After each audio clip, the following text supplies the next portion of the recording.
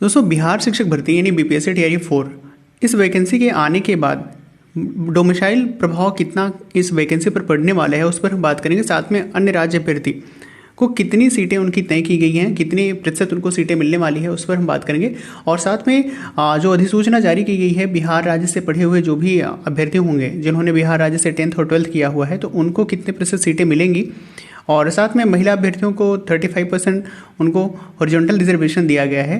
तो सभी सीटों का कैलकुलेशन करेंगे दोस्तों इस वीडियो में। और बिहार शिक्षक भर्ती टीआरई 4 जो होगी उसमें हम सीट का कैलकुलेशन करेंगे कि अन्य राज्य अभ्यर्थियों को कितनी सीटों पर मौका मिलेगा, सभी पर कैलकुलेशन होगा। तो वीडियो को अंत तक देखिएगा। मेरा नाम है अभिषेक और आप देख रहे हैं अभिषेक ऑफिशियल यूट्यूब चैनल। और चैनल को पहली बार विजिट करें तो प्लीज़ सब्सक्राइब कीजिएगा। तो दोस्तों देर ना करते हुए तो आप देख सकते हैं जो आप पत्रांक देख रहे हैं, जो अधिसूचना देख रहे हैं 5 अगस्त को जारी किया गया था, जहां पे जो कह सकते हैं दोस्तों जो बिहार राज्य विद्यालय अध्यापक नियमावली 2023 है उसमें संशोधन किया गया और उसमें एक पॉइंट जोड़ा गया है। उस पॉइंट की अगर हम बात करेंगे दोस्तों तो उस पॉइंट को आप देख सकते हैं। 5वां पॉइंट वहाँ पे जोड़ा गया है कि विद्यालय अध्यापक के पद पर नियुक्ति हेतु कुल रिक्त पदों का 40% पद बिहार राज्य के अंदर अवस्थित शैक्षणिक संस्थानों से मैट्रिक या इंटरमीडिएट उत्तीर्ण अभ्यर्थियों को भरा जाएगा। तो आप क्लियरली देख सकते हैं कि 40% जो सीटें हैं वहाँ पे उन अभ्यर्थियों को उनके लिए रिजर्व होगा जो बिहार राज्य से इंटरमीडिएट और मैट्रिक पास हुए हैं। तो दोस्तों इसी पर हम बात करेंगे, सभी का कैलकुलेशन करेंगे। तो दोस्तों ऐसा हम मान करके चलते हैं कि मान लेते हैं कि बीपीएससी टीआरई 4 में 100 सीटें आती हैं और इस 100 सीटें इसलिए मान रहे हैं कि हमें जो कैलकुलेशन होगा कैलकुलेशन में थोड़ी सी आसानी होगी। तो हमने टोटल ओवरऑल मान रखा है कि कुल जो सीटें हैं 100 और यानी अगर उनका प्रतिशत देखें तो 100%। यहाँ पे दोस्तों इन सीटों में कैटेगरी वाइज जो सीटें रिजर्व होती हैं वो 50% होती हैं। और दोस्तों आपसे रिक्वेस्ट है कि जिस तरफ एरो का सिंबल है, जिस तरफ एरो मार्क कर रहा है, प्लीज़ उसको थोड़ा सा केयरफुली आप देखिएगा। तो कैटेगरी वाइज हमने देखा कि 50% जो सीटें रिजर्व होंगी। साथ में दोस्तों 10% जो सीटें होती हैं वो EWS यानी जो इकोनॉमिकल वीकर सेक्शन जो होते हैं उनके लिए 10% सीटें रिजर्व होती हैं। तो दोस्तों अगर हम देखें तो 50% ये सीटें, 10 ये 60% जो सीटें होंगी वो रिजर्व होंगी। ओवरऑल हम 100% की बात माने और उसमें से दोस्तों अगर जो बची हुई यानी अनरिजर्व की जो टोटल सीटें बच रही हैं वो 40% हैं। अब दोस्तों इसी 40% में सभी चीज़ें ऐड ऑन हो रही हैं, यानी वहाँ पे आपने 60% जो देखा है वो चीज़ें तो क्लियर हो गई कि उसमें कोई भी बदलाव नहीं होगा। अब दोस्तों जो ये 40% अनरिजर्व सीटें हैं यहाँ पे इन सीटों में 35% जो सीट होगी इस सीट को महिला कैंडिडेट को यानी उनको क्षैतिज आरक्षण दिया जा रहा है। तो 35% जो सीटें होंगी वो उनके लिए रिजर्व की जा रही हैं। तो दोस्तों 40% का मतलब 40 हमने 100 माना है, तो 40% सीटों का मतलब 40 सीट। और 40 सीटों में अगर आप निकालेंगे इसका 35% निकालेंगे 40 सीटों का तो आपका आएगा 14 सीट। दोस्तों इसका कैलकुलेशन आप कीजिएगा। तो 40 का जब 35% निकालेंगे तो 14 सीट आएगी। तो 14 सीट जो होगी वो आपकी बिहार जो मूल महिला कैंडिडेट हैं बिहार राज्य की, उनके लिए ये सीट रिजर्व की गई है। तो दोस्तों 40 सीटों में से 14 सीटें ये निकल गए, बचे जो रिमेनिंग जो अनरिजर्व सीटें हैं वो आपकी 26 बच गई हैं। तो आपने देखा कि 40 सीटों में से 14 सीट निकल गई, 35% जो महिला रिजर्वेशन रहेगा। बची जो रिमेनिंग सीटें हैं दोस्तों वहाँ पे 26% सीटें वो अनरिजर्व रह गई हैं। अब दोस्तों इन अनरिजर्व सीट में जो हमने देखा कि 5 अगस्त को जो अधिसूचना जारी की गई है कि बिहार राज्य से जो ऐसे अभ्यर्थी होंगे जो बिहार राज्य से 10th और 12th उन्होंने क्वालिफाइड किया है, वहाँ से उन्होंने पढ़ाई करी है, तो उनको 40% जो है रिजर्वेशन दिया जाएगा।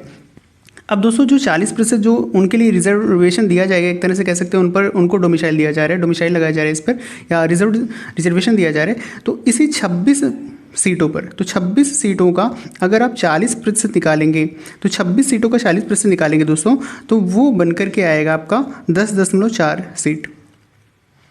कैलकुलेशन के साथ आप देख रहे हैं।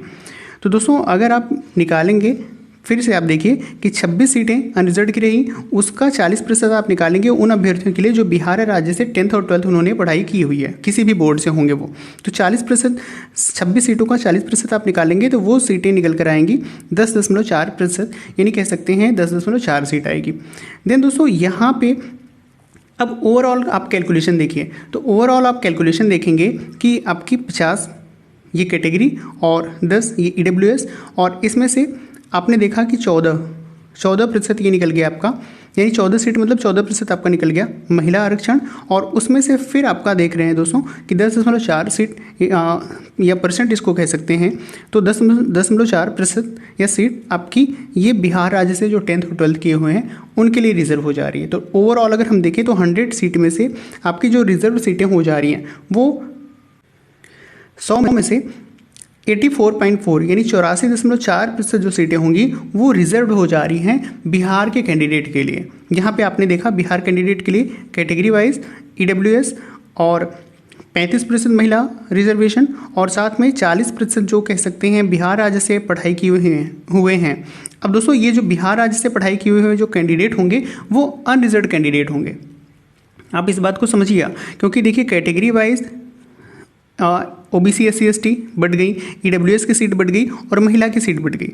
अब यहाँ पे जो अनरिजर्व्ड सीट बची हुई है 26 में से 26 जो सीट बची है या 26% जो सीट बची है आप कह सकते हैं, तो यहाँ पे वो ऐसे अभ्यर्थी होंगे जो अनरिजर्व्ड होंगे बिहार के। तो बिहार के अनरिजर्व्ड जो अभ्यर्थी हैं उनको 40% सीटें दी जा रही हैं जो जिन्होंने वहाँ से पढ़ाई की हुई है, 10th या 12th किया हुआ है। तो देख सकते हैं आप टोटल जो सीटें हो गई हैं आपकी, वो टोटल सीटें आपकी हो गई हैं 84.4 रिजर्व 100 में से। और उसके बाद दोस्तों जो बची हुई सीटें हैं, यानी अब जो बची हुई सीटें हैं अनरिजर्व्ड सीट जो बच रही हैं वो 15.6% सीटें बच रही हैं। ठीक है, 100 में से 15.6% सीट बच रही है। अब ये सीटें दोस्तों मेरिटोरियस सीटें होंगी। यहाँ पे अन्य राज्य के जो अभ्यर्थी हैं इसी सीट पर फाइट करेंगे। अब आपका जो महिला कैंडिडेट हैं अन्य राज्य की, उनका भी डाउट होगा कि हम किस सीट पर फाइट करेंगे, तो वो भी इसी सीट पर। अब देखिए दोस्तों जब वहाँ पे डोमिसाइल इंप्लीमेंट कर दिया गया है और महिला आरक्षण लगा दिया गया है, तो अब चाहे आप अदर स्टेट की महिला हो या पुरुष, आप एक ही यानी उसी सीट पर फाइट करेंगे। तो दोनों जन की मेरिट एक ही साथ बनेगी, तो चाहे महिला हो या पुरुष अन्य राज्य अभ्यर्थी हैं तो वो इसी सीट पर फाइट करेंगे। साथ में दोस्तों एक कन्फ्यूजन आपका और ये क्लियर आप कर लीजिए कि जो कह सकते हैं जो सबसे पहले यानी कट ऑफ जो बनेगा, सबसे पहले जब नियुक्ति की प्रक्रिया स्टार्ट होगी, जब कट ऑफ बनेगा तो इसी सीट पर बनाया जाएगा। इस सीट पर सभी अभ्यर्थी, यानी ये ओपन सीट होगी, ये पूरा खुला सीट होगा, यहाँ पे सभी अभ्यर्थी इसमें आ सकते हैं जो कट ऑफ के दायरे के ऊपर होंगे या कट ऑफ के दायरे में आएंगे। तो दोस्तों इस 15.6% सीट में कैटेगरी वाइज जो कैटेगरी के स्टूडेंट होंगे, अभ्यर्थी होंगे, अगर उन्होंने कट ऑफ क्लियर किया हुआ है तो वो भी इसमें आ सकते हैं। साथ में EWS के भी अभ्यर्थी आ सकते हैं, महिला कैंडिडेट भी इसमें आएंगी, या 40% जो रिजर्वेशन दिया जा रहा है 10th और 12th क्वालिफाइड, वो भी अभ्यर्थी इसमें होंगे। यानी आप देख रहे हैं कि इस सीट में 15.6% जो सीट है, इस सीट में बिहार राज्य के तो अभ्यर्थी आएंगे ही जो कट ऑफ क्लियर करेंगे, साथ में अन्य यानी अदर राज्य के अभ्यर्थी भी, चाहे वो महिला होंगे या पुरुष, तो इसी सीट में 15.6% सीट में वो फाइट करने वाले हैं। तो आई होप ये चीज़ें क्लियर हुई होंगी आपकी कि कितनी सीटों में अन्य राज्य के अभ्यर्थी कह सकते हैं फाइट करेंगे, उनका कट ऑफ कितने प्रतिशत सीटों में बनाया जाएगा। तो 100 का हमने देखा कि 100% जो सीटें होंगी उसका 50.6% यानी 15.6% सीट जो होगा उसमें वो ओपन सीट होगी, इसी में अन्य राज्य अभ्यर्थी फाइट करेंगे, चाहे वो महिला हो या पुरुष। तो आई होप आपका ये डाउट क्लियर होगा। और इसको लेकर के हमने एक वीडियो और बनाया हुआ है, तो उस वीडियो को भी आप चेकआउट कीजिएगा। और ऐसे ही टीचिंग रिलेटेड अपडेट आपको मिलते रहेंगे, तो वीडियो को लाइक शेयर कीजिएगा, चैनल को सब्सक्राइब कीजिएगा। मिलते हैं नेक्स्ट वीडियो में, तब तक के लिए नमस्कार।